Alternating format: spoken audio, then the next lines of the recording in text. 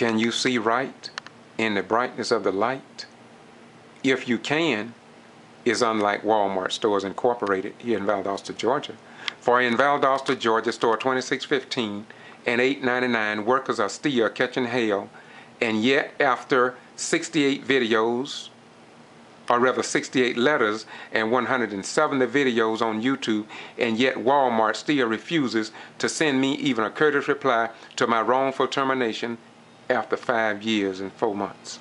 Isn't that a disgrace? So I say to you, my brothers and sisters, what are we going to do about Walmart Stores Incorporated mistreating their workers and claiming that they have an open door policy when there is no open door policy, and they ignore us and we have absolutely no recourse? This is George Boston Rhymes in Valdosta, Georgia, former manager at Walmart Store 2615, putting it on record that it is indeed time for the American people to stand up against America's largest retail giant and say we're not going to take it anymore because we love our mothers, fathers, sisters, and brothers, and we just ain't going to let Walmart walk over us anymore and crumple us under their feet just because they make billions of dollars because we keep shopping at Walmart, yet our workers' rights here in the state of Georgia anyway, particularly, is being disintegrated, abolished, and done away with it. And Walmart, moreover, is trampling upon the dream and the life and legacy of Dr. Martin Luther King Jr., who gave his life and all that he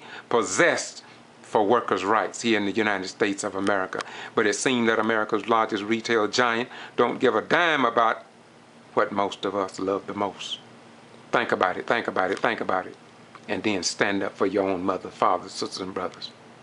Valdosta, Georgia, Lowndes County, the state of Georgia, and across the United States of America.